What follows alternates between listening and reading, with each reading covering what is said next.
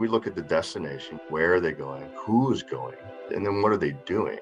With those three pieces of data, we can make a very informed decision as to what their security profile should be. You're listening to the Employee Safety Podcast from Alert Media, a podcast for professionals responsible for the safety and well-being of their employees.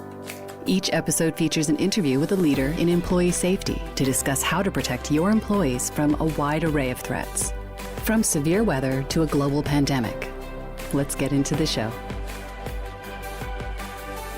Hello, and welcome to the Employee Safety Podcast, where we discuss insights and ideas for how to protect your most valuable asset, your people. I'm your host, Peter Steinfeld, and I'm joined today by Brian Cook, who is the Corporate Security Manager of International Security Operations at Marathon Petroleum. Brian, how are you today? Peter, I'm doing great. Thanks for having me on. It's fantastic to have you here. I'm looking forward to our conversation, and our focus today is around best practices for corporate travel safety. But before we begin, can you please tell our listeners just a little bit about Marathon Petroleum and your responsibilities there? Of course. Marathon Petroleum is a Fortune 25 energy company. We're the largest refining and logistics marketing company in the United States, coast to coast and international. We have 16 refineries, about 60,000 employees and offices and operations in 6 different countries. So a lot of international travel that we support, and we're growing internationally. And we're growing in our renewables sector as well, too. We're soon to be the largest biodiesel refiner and manufacturer here in the United States. And what's your role there? What do you do on a day-to-day basis? So I'm responsible for all security and business continuity for all of our employees, offices, assets, operations outside of the United States. So that is everything from our vessels that are picking up crude oil or delivering product, refined product all over the world, in the Middle East, West Africa, and all the risks we face there, to our offices in Canada and Mexico and Singapore and other locations. So security responsibility for everything outside the United States with respect to keeping our people safe, and that includes our travelers. So you've got quite a big geography to cover. Just the whole world. Right. Well, can you give our listeners just a bit of context and an overview of your career background and how you arrived at Marathon Petroleum? Sure. It's been a fun and fascinating journey, and it continues, of course. I enlisted in the Marine Corps at an early age when I was 17 and studied. After and during my Marine Corps time, I studied criminology and criminal justice, also Spanish in college. Ultimately, I became a special agent in the Diplomatic Security Service, U.S. Department of State, and spent 15 years there, combined with my 6 years of military service, overall 21 years of government service and public service. In my time with the Department of State, I served as Chief of Security to various embassies around the world and consulates. I also served a good deal of time on the Secretary of State's protective detail under both Secretary Rice and Secretary Clinton. I'm incredibly blessed and grateful to have the career that I've had. And now that I retired after 21 years of government service, and now I've joined the private sector, and I have the distinct honor and privilege of leading a great team of people here at MPC, kind of overseeing all of our international security and taking care of our people and keeping them safe. It's too bad we're limited on time and topic here, because there's a tremendous amount of really good conversations we could have on your career. I would love to have them. If that comes up at a later podcast, just give me a call, Peter. Perfect. Recurring guest. I love it. Well, let's jump in. Did Marathon Petroleum have a travel policy in place when you first arrived at the organization, or were you really tasked with creating and implementing a policy? Yes, MPC had a travel policy. Most companies do have a travel policy, but the problem that we run into is those travel policies are really created to optimize business value and cut down on costs. And very rarely do companies have a travel policy that takes into consideration any type of travel risk or travel security for the employees. The travel, whether it's in that travel section falls under human resources or admin or supply chain, and that different company or organization, they're really driven towards cost savings measures. So their policies regarding travel generally don't factor in security or risk. So that was something we had to look at. A good example of that would be when I joined the company, the travel policy treated Canada and Mexico as domestic travel, therefore not needing any additional approvals or review as most international travel would in most policies. Well, that's kind of like saying that, Vancouver and Calgary are the same as Ciudad Juarez and Culiacan, Sinaloa from a travel risk and approval standpoint, which is just really not what right looks like. Because it's pretty obvious that there's certain places that are much more high risk that probably should take some review and should go through another process where travelers, their itineraries, their travel, their purpose for travel, their itinerary, where they're going, what they're doing is scrutinized a little more based on the risk level of the destination. So we had to change that and update some of those policies, and we'll talk a little bit more about that as a best practice later. Yeah, without a doubt. Can you give us some specifics about the scale of work for you and your team, considering the large geography you cover? Sure. We have, last year and the year before have been a little bit different because of COVID and the impact on business travel, of course. But COVID notwithstanding, and pre-COVID numbers, we're looking at usually are greater than 600 international trips annually that we support to medium and high risk destinations. So people are traveling to low risk places in Europe or Asia or somewhere else or North America. I don't want to say I don't count those, because we do count those, and we do provide a certain level of oversight for all international travel. But we've had typically greater than 600 international trips to medium and high risk places where we get a lot more in the weeds on what are our people doing and how are we going to take care of them there. But we usually have well over 300 different international travelers annually. Many are repeat travelers that are, because of what they do, they're the ones traveling internationally, but usually about 300 passengers that we support. And, we're moving into 2022. We're kind of getting back to those numbers. So, obviously COVID impacted that and, had an impact on business travel and slowed things down. And now we're starting to see it pick back up pretty quick. Yeah, no, that's great. What are some of the safety challenges or threats that you mitigate for your traveling workers? There are many, and I like to break it down. There's a lot that people don't think about as well. Obviously, we have common crime. When people think about travel risk, they think about, I'm going to be in a city that I don't know, I haven't gone to, I'm going to get mugged in on the street or in a taxi cab, and those things do happen. So you've got your common crime that just occurs everywhere in the world. In some places, it's more prevalent than others, of course, and it's a higher risk. You have your health risks. You've got COVID. Primo health risk right there. And how those restrictions in different companies impact travel, et cetera. But you also have things like altitude. We have an office in Mexico City, and our travelers go down there all the time, but they don't realize Mexico City is at almost 8,000 feet. And the air quality is really bad there as well. Typically a lot of pollution. So if you have respiratory diseases or illnesses, or you're sensitive to that, it can have a major impact on your health during that trip. So that's a risk. And then, of course, violent crime. If we're talking about places in Mexico and Latin America, we're dealing with drug cartels. Often business travelers and tourists are not the targets of violent crime, but they're collaterally affected by it, as we've seen in Mexico and many other places around the world. And then you've got straight up war. A lot of the places we go to and travelers go to in general are actually active combat war zones at the time. So that needs to be looked at. Obviously, those are extreme environments, and we discourage travel there, but sometimes, business travel can be critical, and you need to go to places that are very dangerous to get the job done. So you've got war, you've got kidnapping is another huge risk that can be faced, especially in Latin America. And then host government security forces as well.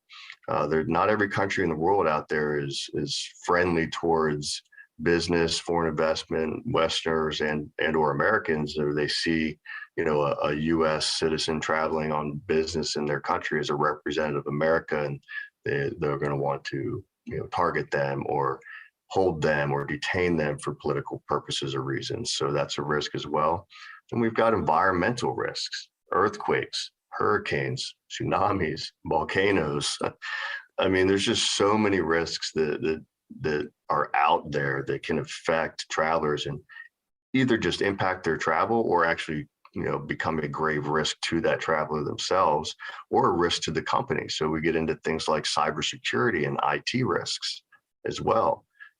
That traveler, do they have proprietary information on their laptop or their phone? And are they going to a country or a destination or a location that could be compromised from like a, data theft, corporate espionage type of way? We've seen a lot of that stuff in the news media recently as well. And then we've got regulatory risks, things like FCPA, Foreign Corrupt Practices Act from the US government. So if your travelers are going out to foreign countries, are they meeting with foreign officials? If they are they abiding by these regulatory rules and risks? These regulations like FCPA, that if they're not abiding by these, that can create a huge regulatory risk for the company as well. So, everything from environmental and earthquakes to, regulations to common crime are all these risks that face travelers internationally every day. It seems to me that a lot of people, at least initially, can be quite dismissive of what you're trying to do for them and how you're trying to protect them. And all it takes is one incident that they experience when they travel to have them do a 180 and suddenly really appreciate what it is you guys offer. How do you deal with that initially with folks? I mean, I can imagine people say, I'm going to XYZ city. I'll be fine. I don't need any security. I don't need a briefing. How do you get through to them? Well, it starts with having good policies. For example, in our organization, you can't have you can't travel to a medium or high risk location unless you receive an in-person briefing from corporate security, the international security team, my team, my group. So having good policies and procedures in place within your company is important, but also just raising awareness. I mean, complacency kills. And us in the security role have been saying that for years, but it's also really hard to prove deterrence as well. So educating your internal customers, right? Creating a good program and then educating people about the risks that are out there. Conducting, I think the key point is really having a great briefing program, which is what you can do and there's lots of ways to create one of those, to educate your internal customers, your travelers on what the risks are. There's a lot of different companies and platforms out there that have digital learning platforms and tools that have great travel risk management, little online courses that you can have your employees take, et cetera, things like that. So it's educating them as to the risk. Ultimately, what I like to say, and when we brief people, I say, look, here's all the things, here are the risks of your travel to this particular destination. I say, here's all the things that we do as an organization to protect you and keep you safe on your trip, so you have a safe and productive trip. However, ultimately, at the end of the day, your personal security is ultimately your responsibility. I'm not going to be there with you in that high risk, medium risk destination where you're at. You're going to have to make decisions on a personal level as to what is safe and what is not safe. I will give you all of the information that you need to make an informed decision, and we'll do everything that we can to secure you and keep you safe and secure in the environment. But ultimately, your personal safety is your personal responsibility. Well, travel security really is a huge topic with just a ton of different moving parts. So how does your team approach it? I like to keep it simple. And I like to break it down and look at basically three things. My objective in my program that I've built is to, create a program where anyone in the entire company who's traveling internationally, first off, we have awareness of it and we know they are. But then we look at who is going, where are they going, and what are they doing?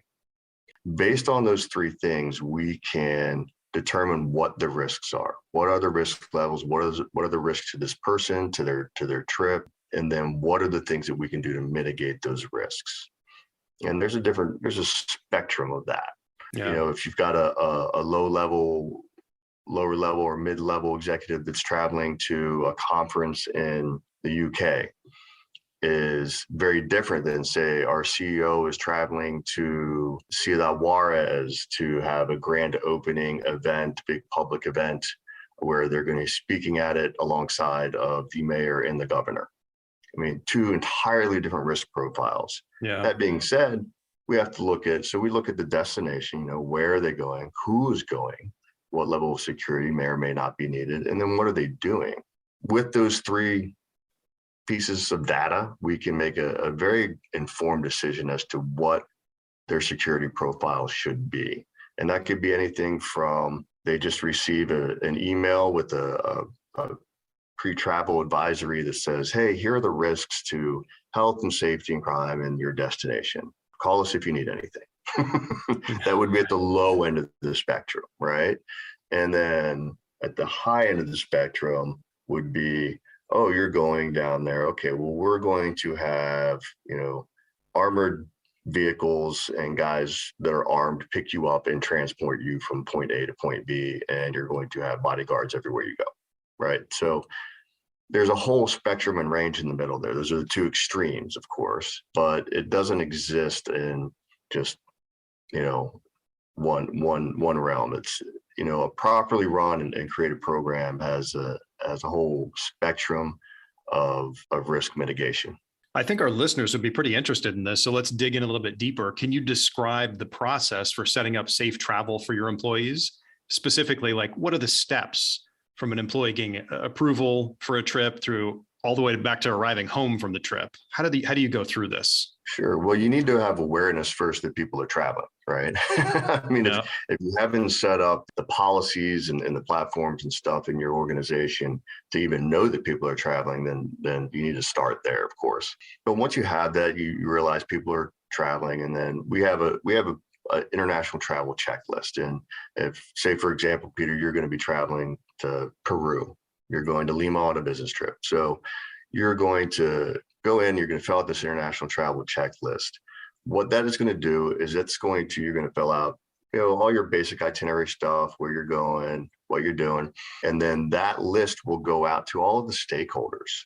So that list will go out to corporate security and my team. That list will go out to health services to make sure that you have a health travel kit and any medicines you might need, any vaccinations you might need to travel to a particular country or destination. It will go out to, our legal folks and make sure that you receive the FCPA briefing that would mitigate that regulatory risk we mentioned earlier. So it goes out to all the stakeholders to make sure that all that's done, even IT, to make sure that you're traveling with a proper device, or you should or shouldn't bring that device, or maybe we need to just update your work cell phone to include an international program for these dates or this month. All these little things, right? So it starts with that and make sure that everyone gets notified. I mentioned before that in this, you reminded me of this. Some people can be quite dismissive of this whole process, and they just ignore it and they book a trip and they go without approval. What do you do about those folks? Every once in a while, I have my, and it doesn't happen frequently. If you have a well-run and well-built program, hopefully it doesn't happen frequently. But every once in a while, we have that happen, and my operations coordinator will call me up and say, sir, we've got a runner. I'll say, okay, we've got a runner. Where'd they go? And that's kind of our little internal term for when someone, we realize that someone is outside of the country traveling on business travel somewhere, and we didn't know anything about it ahead of time. That's fantastic. What a great term. Very rare. It doesn't happen often, but every now and again we have a runner, and then usually we reach out to that runner, and 95% of the time it's a new employee who just started, who doesn't know the process, doesn't know the procedures. They just started, they've been on a job a couple of weeks or a month, and their boss told them, hey, go fly up there and meet with these people. And they don't book through the company designated travel agency. They go out and just do their own thing. They don't even use their corporate account card to do it. And basically they're kind of not in the system yet. So, and they're not aware of the policies and the rules. So I will say we've never had the same runner twice. Because they didn't come back, or no. We made sure they came back. We made sure they got home safe, even if they didn't tell us they were going in the first place. But no, it's because, through that process, we educate them on what the proper procedures is, and more importantly, what the value to them is as a traveler.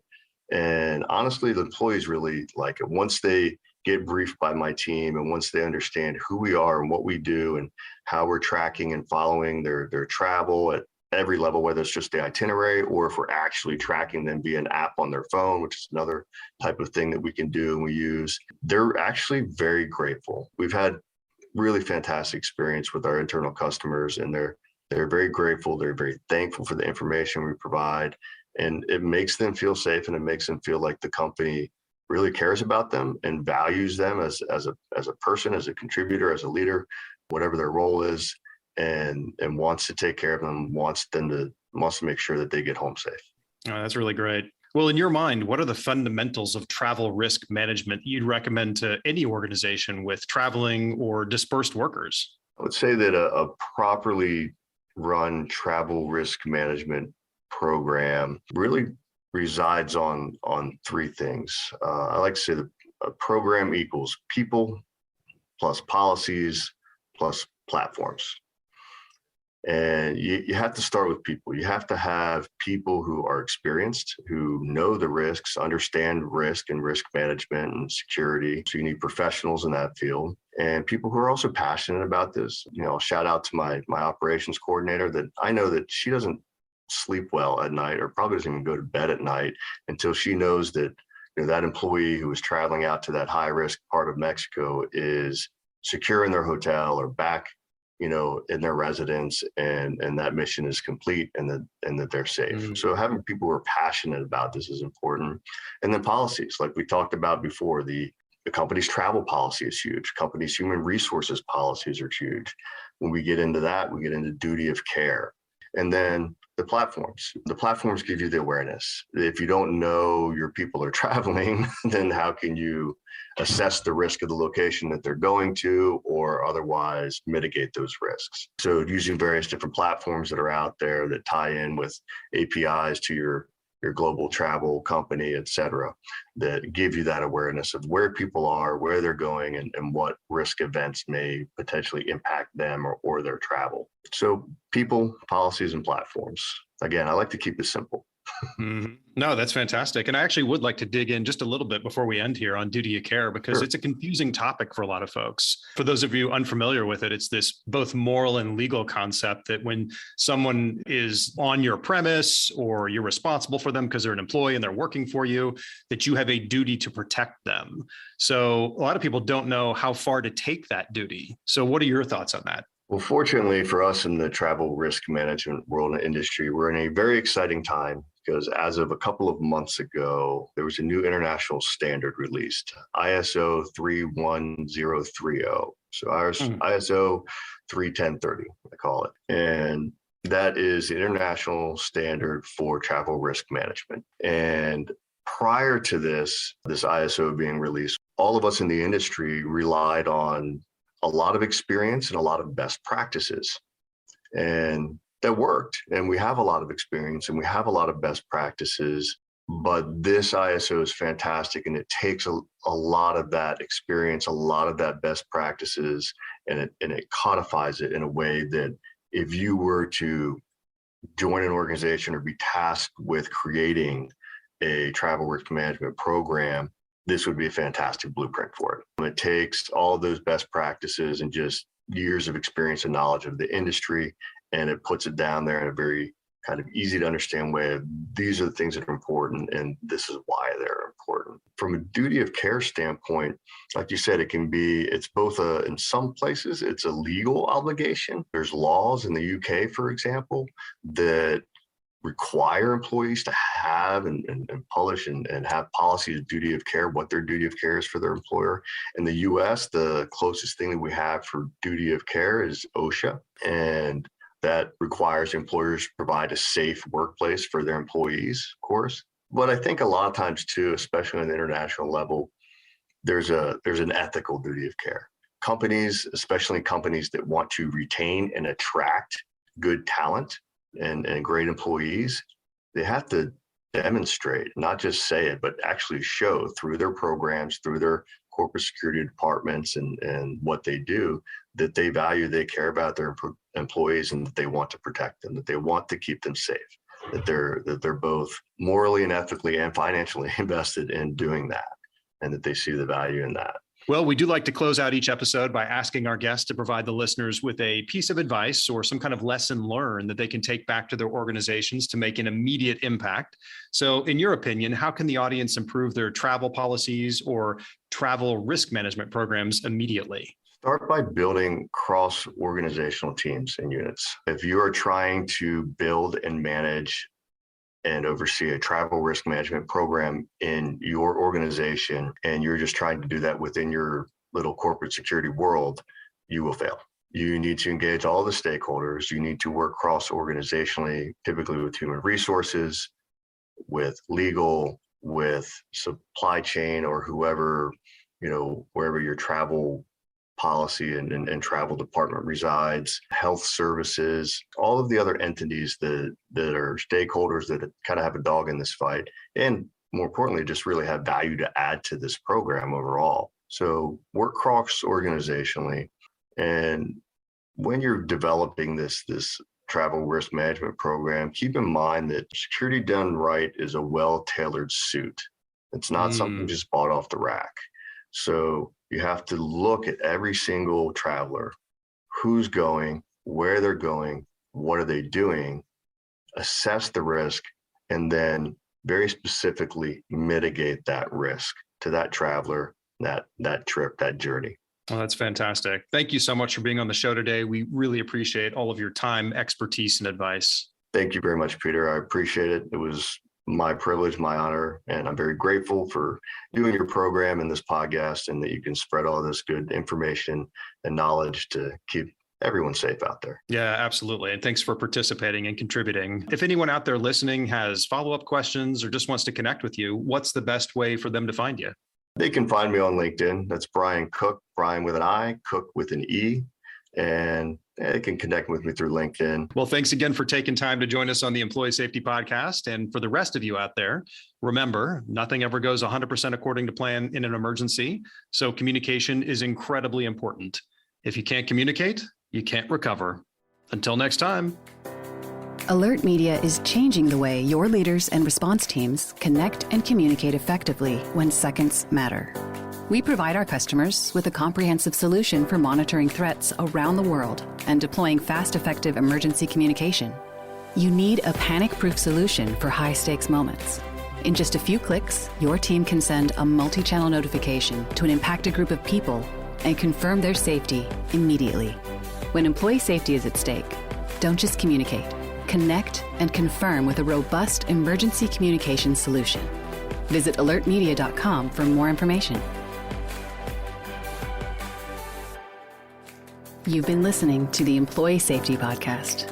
To ensure that you never miss an episode, subscribe to the show in your favorite podcast player. If you're listening in Apple Podcasts, we'd love for you to give a quick rating of the show. Just tap the number of stars you think the podcast deserves. Thank you so much for listening. Until next time.